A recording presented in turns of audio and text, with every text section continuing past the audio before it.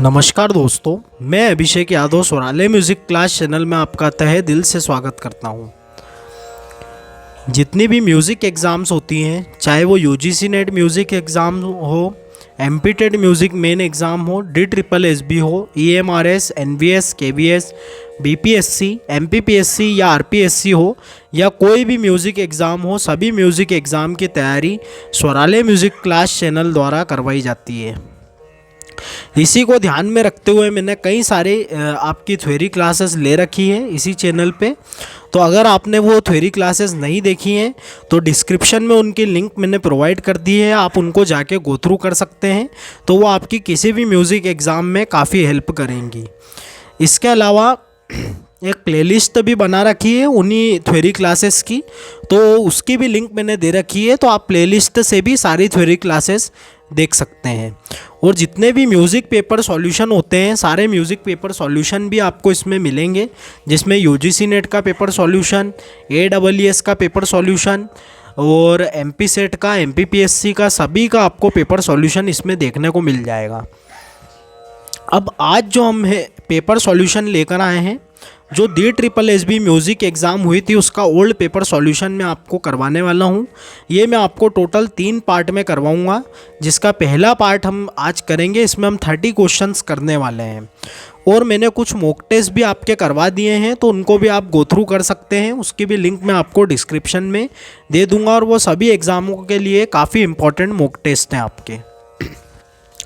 Class शुरू करने से पहले, सॉल्यूशन करवाने के पहले मैं आपको बता दूं कि सोराले म्यूज़िक क्लास चैनल ने नया बैच स्टार्ट करा है सारी म्यूज़िक एग्ज़ाम के लिए, खासकर जो अभी आगामी एग्ज़ाम आने वाली है, यूजीसी नेट म्यूज़िक एग्ज़ाम और DSSB और EMRS और NVS, इन चारों एग्ज़ाम के लिए खासकर ये कोर्स है।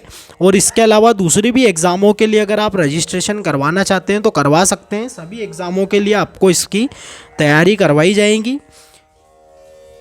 इसमें मैं आपको बता दूं कि आपको क्या क्या इसमें मिलने वाला है। तो इसमें आपको 3 लाइव क्लास हर वीक मिलेगी, जो आपकी टीचमेंट ऐप पर होगी, और ये सारी आपको इसकी रिकॉर्डिंग और PDF सब कुछ मैं आपको प्रोवाइड करूंगा। इसके अलावा आपको स्टडी मटेरियल भी दिया जाएगा थोड़ा सा, और आपको हर वीक आपका एक टेस्ट कंडक्ट करवाया जाएगा, जिससे आपको काफ़ी हेल्प आपको किसी भी एग्ज़ाम के लिए मिलेगी। तो ये आपका हर मंथ का जो फ़ीस रहेगा इसका, वो 599 रुपीज़ आपका रहेगा हर मंथ का फ़ीस। तो ये आपकी टोटल 600 रुपीज़ फ़ीस रहेगी। और ये मेरा कॉन्टैक्ट नंबर है, आप नीचे देख सकते हैं। तो इस कॉन्टैक्ट नंबर से कॉन्टैक्ट करके आप इस कोर्स के लिए रजिस्टर्ड करवा सकते हैं। यूजीसी नेट म्यूज़िक एग्ज़ाम में अभी 3 मंथ है, तो अगर आप इसको 3 मंथ का इकट्ठा परचेस करते हैं तो ये आपको टोटल 1800 का पड़ रहा है, लेकिन मैं आपको सिर्फ़ और सिर्फ इसको 1500 में प्रोवाइड करूँगा। यानी अगर आप 3 मंथ का पहले से रजिस्ट्रेशन करवा लेते हैं, ये सिर्फ यूजीसी नेट म्यूज़िक एग्ज़ाम के लिए है, क्योंकि बाकी एग्ज़ाम में तो काफ़ी जल्दी आ जाएगी, तो उनको मैं कतई ये सजेस्ट नहीं करूँगा कि वो इकट्ठा इतना प्राइस दें। वो सिर्फ और सिर्फ 1 मंथ का रजिस्ट्रेशन करें और पढ़ के देखें कि उनको कैसा क्या लगता है। अब जो है मैं ओल्ड पेपर सॉल्यूशन शुरू करते हैं। उसके पहले मैं MP टेट वाले जो स्टूडेंट्स हैं उनके लिए भी बता दूं कि उनका ये जो क्रैश कोर्स है वो कंप्लीट हो चुका है। तो अगर आप में से कोई इसको ख़रीदना चाहता है, रजिस्टर्ड होना चाहता है, तो इसमें रजिस्टर्ड करवा सकते हैं।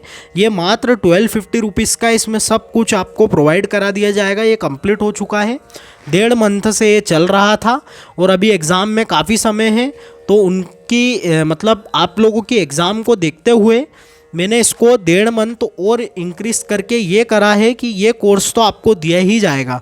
इसके अलावा आपको 1.5 मंथ तक आपकी हर वीक 2 क्लासेस आपकी लाइव ली जाएगी MCQ की, क्योंकि इसमें थ्योरी तो मैंने सभी करवा दी थी, लेकिन जो आपके MCQ का जो मामला है वो बचा था। तो मैं ये नहीं चाहता कि आपके MCQ भी छूटे, तो MCQ से आपको और एग्ज़ाम तक आपका ये नहीं रहे कि फिर आपकी प्रैक्टिस छूट जाए, तो उसको भी कवर करने की कोशिश यहाँ पे मेरी रहेगी। तो आप में से जो भी अगर कोई रजिस्टर्ड होंगे इस कोर्स में, तो वो टोटल आपको 3 मंथ का कुछ मिलने वाला है। तो 3 मंथ का क्या मिलेगा, उसमें 1.5 मंथ का ये पूरा कोर्स मिलेगा, और इसके अलावा वो 1.5 मंथ की 2 क्लासेस जो आपकी रहेगी वो एब्सोल्युटली फ्री है। वो एक गुरु दक्षिणा के रूप में अगर आप कुछ देना चाहते हैं मुझे, तो एग्ज़ाम क्लियर होने के बाद दे सकते हैं, अदरवाइज़ वो बिल्कुल आपकी फ्री रहेगी। और कॉन्टैक्ट नंबर मैंने इसके पहले वाले उसमें बता ही दिया है, और इसके अलावा आप डिस्क्रिप्शन में देखकर इसमें रजिस्टर्ड हो सकते हैं। बाकी सभी चीज़ें मैंने मेरी क्लास के बारे में बता दी हैं। और अगर आप टेलीग्राम चैनल से नहीं जुड़े हैं तो उससे भी जुड़ जाइए। वहाँ मैं डेली आपके 5 MCQ म्यूज़िक के करवाता हूँ, जो किसी भी म्यूज़िक एग्ज़ाम के लिए काफ़ी इंपॉर्टेंट है, और वह आपकी हर म्यूज़िक एग्ज़ाम में काफ़ी हेल्प करेगा। चलिए अब हम हमारे पेपर सॉल्यूशन की ओर चलते हैं। तो ये DSSB का म्यूज़िक पेपर सॉल्यूशन है, सेट ए का मैं आपको करवाने वाला हूँ। काफ़ी इंपॉर्टेंट ये सारे क्वेश्चंस होने वाले हैं। तो आज हम 30 क्वेश्चंस करेंगे। तो चलिए शुरुआत करते हैं। सबसे पहला क्वेश्चन आपका है, राग मालकोंस के मध्य गंधार से यदि सुर रचना की जाती है तो कौन सा राग मिलता है। यानी इनका कहने का मतलब यूँ है, ये एक प्रकार से इन्होंने हिंदी को थोड़ा सा शुद्ध ना देके, यानी मूछना शब्द यहाँ पे उपयोग नहीं करा है, लेकिन हमको ये समझना है कि वो गंधार से क्या कहना चाह रहे हैं। तो मध्य गंधार से ये सुर रचना करने को कह रहे हैं, तो हम मध्य गंधार को क्या मानेंगे, सा मानेंगे। अब मैं आपको इसको पूरा करके बताता हूँ किस प्रकार से क्या होगा। हमको ये पता है कि मालकोंस के स्वर क्या हैं, सा, कोमल ग, म, कोमल ध, कोमल नी और सा, ये आपका पूरा चलेगा। अब हमको इन्होंने कहा है कि कोमल ग को आप, यानी मध्य गंधार, तो मध्य गंधार कोमल ग हो गया, तो कोमल ग से आप इसको सुर रचना करें। तो कोमल ग को जब हम सा मान लेंगे, तो इसको मैंने सा माना, तो यहाँ से जब मैं चलूँगा तो ये कितने टोन आगे हैं, तो ये आपका सीधा सीधा 1 टोन आगे, यानी कोमल ग के बाद शुद्ध गंधार और शुद्ध गंधार के बाद शुद्ध मध्यम। तो सेम सा से देखेंगे हम, तो सा से 1 टोन कौन सा आएगा, तो वो आपका आएगा रे आएगा। फिर अगर हम ध की तरफ जाएं तो ये कोमल ध है, तो म से कोमल ध कितने टोन आगे हैं, तो 1.5 टोन आपका आगे है, यानी 1 टोन और 1 सेमी टोन, यानी 1 टोन और 1 हाफ टोन। तो इसी प्रकार से 1 टोन और 1 हाफ टोन जब आप इसको बढ़ाएंगे तो रे से आपका जाएगा शुद्ध गा, और शुद्ध ग से आपका जाएगा शुद्ध मा।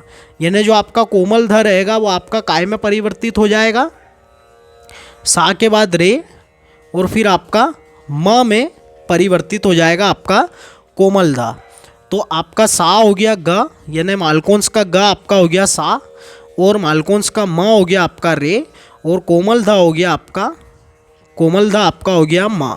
अब इसी प्रकार से कोमल नी देखें तो 1 टून आगे है, मतलब आपका कितना हो जाएगा, वो प हो जाएगा। जब म से हम 1 टून ऊपर चलेंगे, 1 टोन, तो वो आपका प हो जाएगा, तो सारे म प बन गया। फिर इसी प्रकार से कोमल नी से सा की तरफ अगर हम देखें, इसको मैं थोड़ा सा नीचे करता हूँ तो आपको समझाने में आसानी होगी। ये कोमल नी को हमने प कर दिया, और इसी प्रकार से जो हमारा तार सा था, तो तार सा को हम क्या कर देंगे, जब ये कोमल नी से 1 टोन आपका ऊपर है तार सा, तो ये भी आपका क्या हो जाएगा, सारे म प ध हो जाएगा, ये शुद्ध ध, क्योंकि प से हम 1 टोन आगे चलेंगे तो ये आपका शुद्ध ध, यानी बना सारे म प ध। और लास्ट में अगर हम देखें तो कोमल ग को हमने क्या माना था, सा माना था, तो सारे म प ध सा। तो ये आपका कौन सा राग बनेगा, ये राग आपका बनेगा, ये आपका राग बनेगा दुर्गा। कौन सा राग बनेगा, दुर्गा। तो इसका करेक्ट आंसर आपका हो जाएगा दुर्गा, सारे म प ध सा, सा ध प म रे सा। याद रखिएगा, इसी प्रकार से आप सारे क्वेश्चंस को, मूछना वाले क्वेश्चंस को आराम से कर सकते हैं। नेक्स्ट आपका आता है, खालिस्तान ने ख्याल गायकी का आविष्कार करा। तो ख्याल गायकी का आविष्कार किसने करा, हुसैन मोहम्मद शर्की ने। मानसिंह तोमर जी ने ध्रुपद का करा, नोट करते चलिए। 15वीं शताब्दी में मानसिंह तोमर ने ध्रुपद का करा। हुसैन मोहम्मद शर्की ने बड़े ख्याल का आविष्कार करा है। अब यहाँ पे सीधा उन्होंने ना छोटे ख्याल दिया है ना बड़ा ख्याल दिया है, तो ख्याल से जो हमको दिखेगा, अगर यहाँ पे अमीर खुसरो जी देते तो फिर वो थोड़ा सा कंफ्यूजिंग वाला क्वेश्चन हो जाता, क्योंकि हुसैन मोहम्मद शर्की जी ने बड़े ख्याल का करा है 15वीं शताब्दी में, और अमीर खुसरो जी ने 14वीं शताब्दी में छोटे ख्याल का आविष्कार करा है। तो यहाँ पे हमारा आंसर क्या हो जाएगा, हुसैन मोहम्मद शर्की जिन्होंने बड़े ख्याल का आविष्कार करा है। आप याद रखिएगा। और कौन सी शताब्दी में करा है, 15वीं शताब्दी में। तो ये नोट कर लीजिएगा। गुलाम नबी जी की बात करें तो इन्होंने किसका आविष्कार करा है?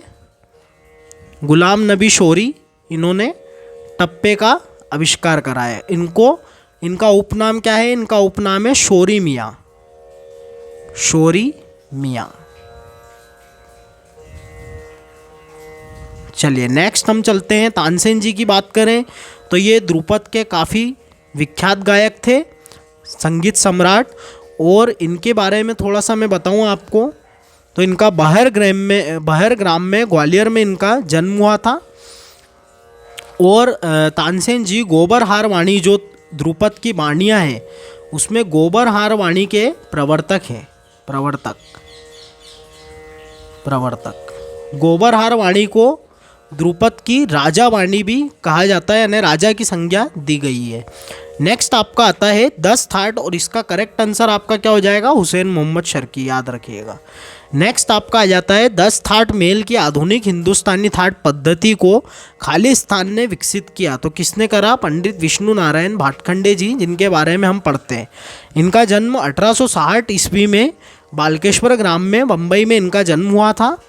और इन्होंने संगीत की महान विभूतियों में इनका नाम आता है। 2 विभूतियाँ संगीत की महान विभूतियाँ हैं, एक पंडित विष्णु नारायण भातखंडे जी और एक पंडित विष्णु दिगंबर पलुस्कर जी। इन्होंने काफ़ी संघर्ष करके छुप छुपाते यानी कई सारे बंदिशों को सुना और उनको लिपिबद्ध किया। अपनी लिपि खुद की बनाई, हिंदुस्तानी स्वर लिपि, उसका श्रेय भी इन्हीं को जाता है। और काफ़ी सारी पुस्तकें भी इन्होंने लिखी हैं। तो काफ़ी ज़्यादा योगदान हमको देखने को इनका मिलता है। विष्णु दिगंबर पलुस्कर जी का जन्म 1870 में हुआ था ईस्वी में। इनका कुरुंदवाड़ में जन्म हुआ था। तो ये काफ़ी मतलब बड़े बड़े संगीतकार हमारे यहाँ हुए हैं और शास्त्रकार भी हैं। और बालकृष्ण बुआ इशलिंजीकर, ये भी आपके कौन से घराने से हैं? ये आपके हैं ग्वालियर घराने से, ग्वालियर घराने से। तो याद रखिएगा, बालकृष्ण बुआ इशलिंजीकर के जो गुरु हैं वो कौन हैं? पंडित विष्णु दिगंबर पलुस्कर। तो थोड़ा सा ये मिस्टेक हो गया, ये मैं कहना चाह रहा था कि विष्णु दिगंबर पलुस्कर जी के गुरु कौन हैं? बालकृष्ण बुआ इशलिंजीकर। याद रखिएगा आप ये चीज़ कि पंडित विष्णु दिगंबर पलुस्कर जी के गुरु कौन हैं? बालकृष्ण बुआ इशलिंजीकर। और विष्णु नारायण भातखंडे जी के गुरु कौन हैं? वजीर खां, वजीर खां, जो कि कौन से घराने के हैं? रामपुर घराने के। तो ये भी कौन से घराने के हो जाएंगे? रामपुर घराने के। हालांकि विष्णु नारायण भातखंडे जी ने कई गुरुओं से सीखा है, लेकिन मुख्य इनके ये हैं। अब नेक्स्ट हम क्वेश्चन पे आते हैं, क्वेश्चन नंबर 104 म्यूजिक का। इसमें पूछा गया है कि पंडित श्रीनिवास के शुद्ध गंधार की फ्रीक्वेंसी है, तो ये आपकी हो जाएगी 288 शुद्ध गंधार की। और 270 किसकी है? ये आपकी है रे की। और 320 आपकी है म की। 360 बात करें अगर, 360 अगर होता तो ये आपकी हो जाती पंचम की। तो इस प्रकार से ये पूरा फ्रीक्वेंसी का रहता है। नेक्स्ट आपका आता है गणितीय प्रकार से हिंदुस्तानी संगीत में शुद्ध मध्यम के कितने थाट यानी कितने मेल हमको देखने को मिलते हैं। तो गणितीय प्रकार से कुल हैं 32 और आपको शुद्ध मध्यम के देखें तो शुद्ध मध्यम के हैं 16। तो यह आपका करेक्ट आंसर हो जाएगा। नेक्स्ट हम चलते हैं, पंडित पलुस्कर ने इस साल गंधर्व महाविद्यालय की स्थापित किया, मतलब किस साल किया उन्होंने? तो उन्होंने किया 1901 में लाहौर में। काफ़ी बार मैं ये क्वेश्चन आपका करवा चुका हूं। नेक्स्ट आपका आता है नाद की वह विशेषता जो एक वाद्य की 3 श्रेणी दूसरे से अलग करती है वह है, तो वह आपका क्या है? ध्वनि रूप। सपोज अगर कोई कंठ मतलब कोई अंदर कंठ संगीत से गा रहा है एक कमरे में, तो आप उसकी आवाज़ सुनकर पहचान लेंगे कि ये इसका मतलब यही गा रहा है। मान लीजिए कोई रोहित नाम का लड़का है और उसको आपने सुना है, तो आप उसकी आवाज़ से पहचान लेंगे कि ये रोहित गा रहा है। तो वो उसका कैसे पहचान हो रही है, उसकी क्या विशेषता है? तो वो आपका ध्वनि से आप उसकी पहचान कर रहे हैं। तो उसी प्रकार से एक वाद्य की तान श्रेणी दूसरे से अलग करती है, यानी अगर कोई वाद्य बज रहा है तो वाद्यों की ध्वनि भी अलग अलग होती है, तो उस प्रकार से ध्वनि रूप से यह इसकी विशेषता है जिससे हम उसको पहचानते हैं। नेक्स्ट आपका आता है प्राचीन श्रुति पद्धति में स्वरों को उनके निजी श्रुति के खाली स्थान पर रखा जाता है। तो प्राचीन में कहाँ रखा जाता है? अंतिम श्रुति पर, यानी आखिरी श्रुति पर, और आधुनिक में पहली श्रुति पर। याद रखिएगा कि आधुनिक में पहली श्रुति पर, और अगर मान लीजिए कि यहाँ पे मध्ययुगीन पूछा जाता तो भी आपका क्या आंसर होता? आखिरी ही होता, भूलिएगा नहीं। अगर तीसरी श्रुति की बात होती तो तीसरी श्रुति पर विकृत स्वरों को रखा जाता है। ये भी याद रखने वाली बात है। अभी तक विकृत स्वरों से बहुत कम क्वेश्चन आते हैं, लेकिन ज़रूरी नहीं है कि आने वाली आगामी एग्जामों से नहीं पूछा जा सकता है कि विकृत स्वर को लेके श्रुति से क्वेश्चन नहीं आएगा, बिल्कुल आ सकता है, तो आप तैयारी रखिए। नेक्स्ट आपका आता है पश्चिमी संगीत में खालिस्तान, यह सामान्यतः उपयोग होने वाली स्वर लिपि पद्धति है। तो आपकी न्यूम्स और चीफ तो पुरानी है, वर्तमान में जो अभी सामान्यतः जो प्रचार में वो है आपकी सोल्फा स्वरलिपि पद्धति।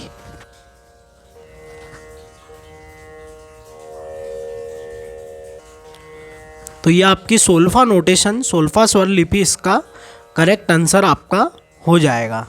नेक्स्ट हम चलते हैं। तो नेक्स्ट आपका क्वेश्चन है, पंडित विष्णु नारायण भातखंडे जी ने वल्लभ दास जी से निम्न विद्या वाद्य सीखा। तो जैसे कि मैंने बताया आपको कि भातखंडे जी कई गुरुओं से सीखे हैं, उसमें जयपुर के मोहम्मद अली खां भी हैं, ऐसे कई सारे गुरुओं से इन्होंने सीखा है। तो उसमें आपके वल्लभ दास जी हैं, उनसे भी इन्होंने शिक्षा ली, और किसकी ली है?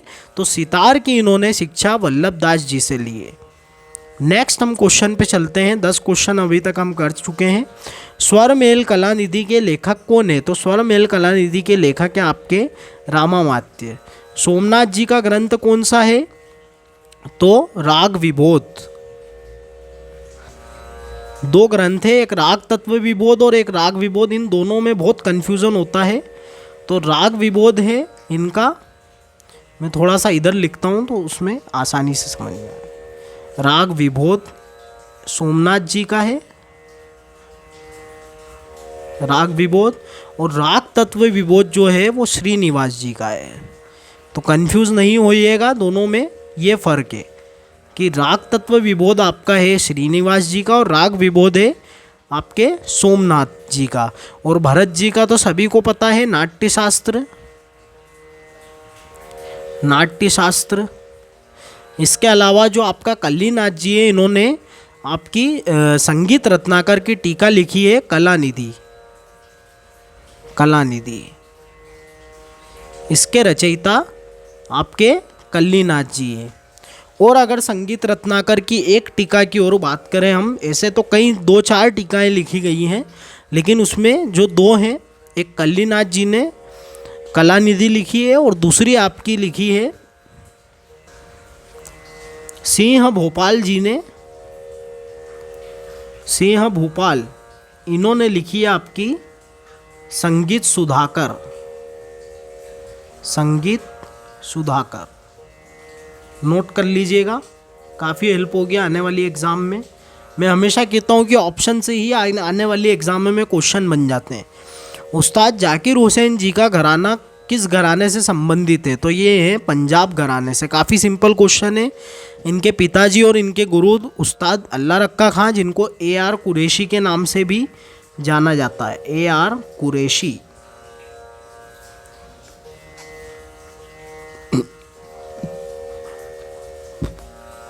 कुरैशी, तो ये आप नोट करते चलिए। और दिल्ली घराना जो है आपका तबले का, अगर देखा जाए, अगर इसकी बात की जाए आपके गायन के घराने की, तो उसमें तानरस खां हैं इसके प्रवर्तक, दिल्ली घराने के। तानरस खां गायन के घरानों में, तानरस खां। और आपके तबले में है सिद्धार्थ खां धादी। सिद्धार्थ खां, सिद्धार्थ खां दादी। तो ये सब जो है इम्पॉर्टेंट है, याद रखिएगा। नेक्स्ट आपका आता है हारमोनियम वाद्य जो है किस श्रेणी में आता है? तो ये आपका सुशिर वाद्य। काफ़ी सिंपल पूछा है। राग बसंत का संवादी है, तो इसका बसंत का संवादी हो जाएगा आपका पंचम। वादी कौन सा स्वर है इसका, तो तार सा इसका वादी है और पंचम इसका समवादी है। चलिए नेक्स्ट चलते हैं। नोहार वाणी, हिंदी वाले में चलते हैं। नोहार वाणी किस घराने से, मतलब किससे संबंधित है, तो ये आपके ध्रुपद से संबंधित है। नोहार वाणी को सेवक का दर्जा दिया गया है। चलिए नेक्स्ट हम चलते हैं। पंचम सवारी ताल में कितनी मात्राएं हैं, तो पंचम सवारी ताल में 15 मात्राएं हैं। नेक्स्ट आपका आता है उस्ताद फैयाज खां का उपनाम है, तो उस्ताद फैयाज खां का नाम है प्रेम पिया। और राम रंग आपका है रामाश्रय झा जी का, जिनकी आपकी पुस्तक है गीतांजलि। क्या नाम है पुस्तक का, संगीत गीतांजलि।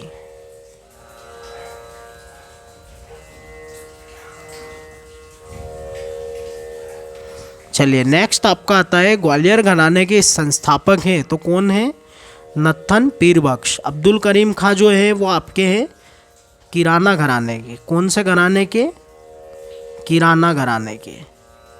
तो याद रखिएगा। हद्दू खां जो है आपके ग्वालियर घराने से संबंधित है। हद्दू खां, अस्सू खां। और ये जो आपका इधर यहाँ पे आंसर प्रेम पिया हो जाएगा और यहाँ पे आपका आंसर हो जाएगा ग्वालियर घराने के संस्थापक नत्थन पीर बख्श। नेक्स्ट आपका आता है कथकली। यह नृत्य है, यह कहाँ का है, तो यह आपका है केरल का नृत्य है, महाराष्ट्र का लावनी है। चलिए नेक्स्ट हम चलते हैं। ओडिशा नृत्य में ताल वाद्य होता है, तो कौन सा ताल वाद्य होता है, तो ये पखावज का इसमें प्रयोग करके आपके इसका संगत की जाती है उड़ीसा नृत्य की। नेक्स्ट आपका आता है सारंग देव ने लिखा है, तो कौन सा ग्रंथ लिखा है, काफ़ी सिंपल क्वेश्चन है, संगीत रत्नाकर। गीत गोविंद के हैं जयदेव कमल। चतुर्दंडी प्रकाशिका के हैं वेंकटमखी। और दत्तिलम के हैं दत्तिल, जो कि भरत जी के पुत्र हैं। नेक्स्ट आपका आता है कर्नाटक संगीत में शुद्ध मेल होता है, खालिस्तान शुद्ध मेल होता है, तो कौन सा होता है, तो कनकंगी होता है। याद रखिएगा, इम्पॉर्टेंट है। एग्ज़ाम में इसमें आप गलती कर सकते हैं, क्योंकि हमको ये पता है कि प्राचीन जो आपके हुए हैं विद्वान लोगों, उन्होंने प्राचीन विद्वानों ने किसको माना है शुद्ध सप्तक, आपका प्राचीन विद्वानों ने माना है काफ़ी को। और आपके आधुनिक विद्वानों ने किसको माना है, बिलावल को। प्राचीन ने माना है, प्राचीन विद्वानों ने माना है काफ़ी को, और आधुनिक विद्वान ने बिलावल को अपना शुद्ध सप्तक माना है।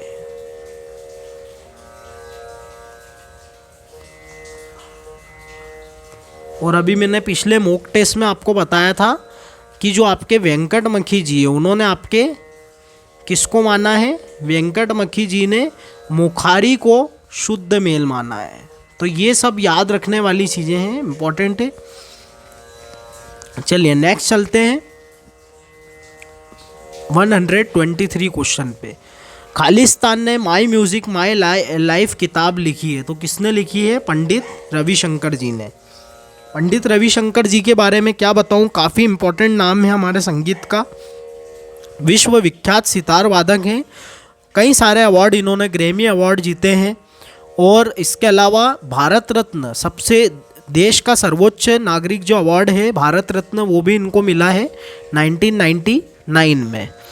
उस्ताद अली अकबर खां साहब इनके साले साहब हैं, यानी अन्नपूर्णा देवी जो है इनकी पत्नी है, जो अलाउद्दीन खां साहब की पुत्री।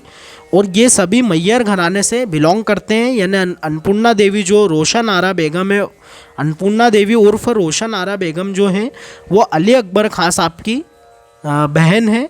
तो इस प्रकार से ये पूरा मैयर घराना परंपरा इसमें आ जाता है। अली अकबर खां साहब सरोद से संबंधित है, यहाँ पे मैं मेंशन करता हूँ आपको कि ये आपके सरोद से संबंधित है।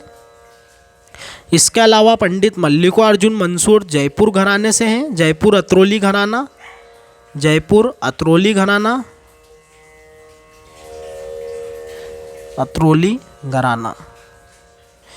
और इन्होंने शिक्षा किनसे प्राप्त की है? तो इन्होंने अलाउद्दीन खां साहब के पुत्र, अलाउद्दीन खां साहब जो जयपुर अतरौली घराने के प्रवर्तक हैं, उनके पुत्र मंजी खां और भुर्जी खां, इनसे इन्होंने शिक्षा प्राप्त करी है। तो ये सब इम्पोर्टेंट बातें आपको याद रखना है ताकि आपके आने वाली एग्जामों में काम आए आपके। खालिस्तान यह प्राचीन अनिबद्ध गान का भाग है। तो ये कौन सा भाग है? रूपक आलाप। यह हमारा जो आलाप का नियम होता था, स्वस्थान नियम, उससे ये सब जो आलाप निकले हैं, रूपक आलाप, तो इसमें ये आता है। ये ढंग से पेपर में छपा नहीं है, राप का आलाप लिख दिया इन्होंने, रूपक आलाप वो करेक्ट आपका हो जाएगा। रूपक आलाप, रूपकालाप। तो ये आप नोट करते चलिए। नेक्स्ट हम देखते हैं प्राचीन प्रबंध का तीसरा भाग था। तो तीसरा भाग कौन सा था?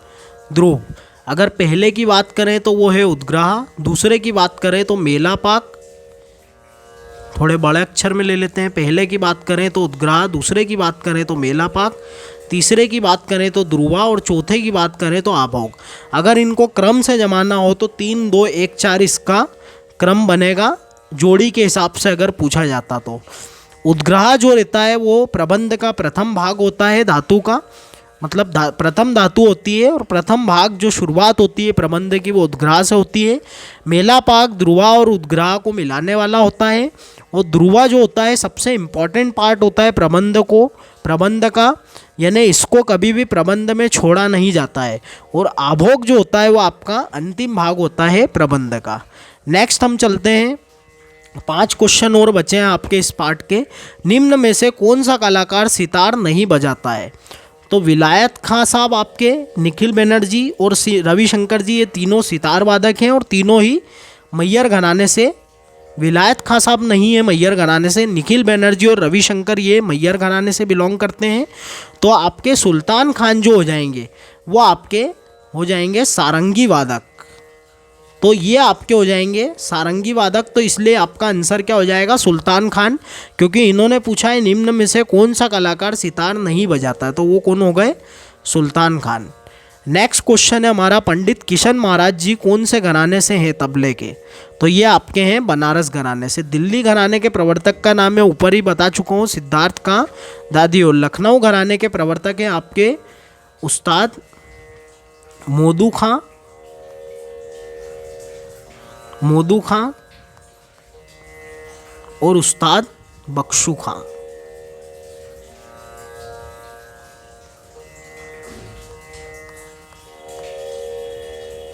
चलिए नेक्स्ट चलते हैं हम क्वेश्चन पे।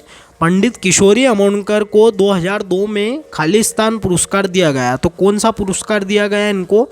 पद्म विभूषण 2002 में इनको दिया गया था। नेक्स्ट आपका आता है गोटू वाद्यम को यह भी कहते हैं। तो गोटू वाद्यम काफ़ी इम्पोर्टेंट वाद्य है आपका किसी भी एग्ज़ाम के लिए, तो इसको बिल्कुल नहीं छोड़िएगा। इसके बारे में छोटी से छोटी इन्फॉर्मेशन आपको पता होनी चाहिए।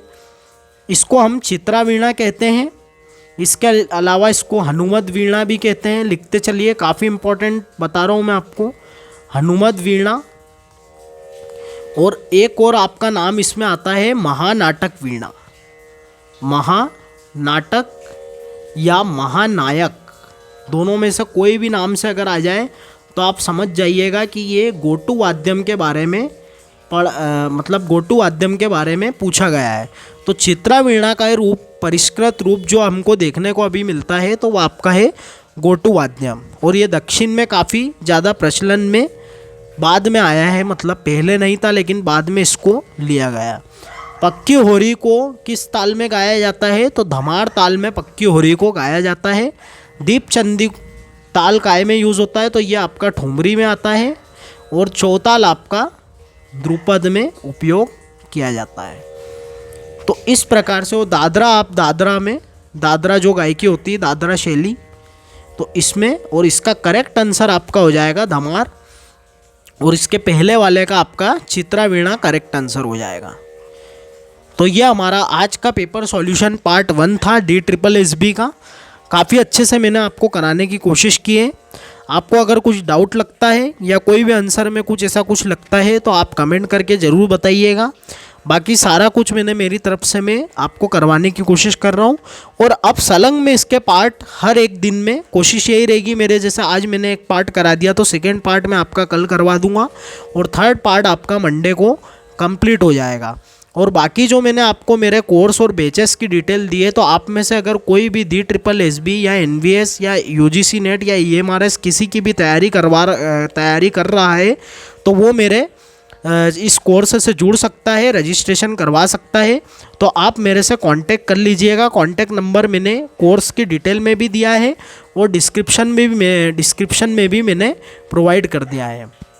अब अंत में मैं यही कहना चाहूँगा कि आपको अगर मेरी classes, theory classes, music paper solution के सेट, मॉक टेस्ट या कोई सा भी वीडियो अगर अच्छा लगे और दिल से आवाज़ आए तो मेरा चैनल लाइक, शेयर और सब्सक्राइब जरूर कीजिएगा। Thank you so much. जय श्री राम।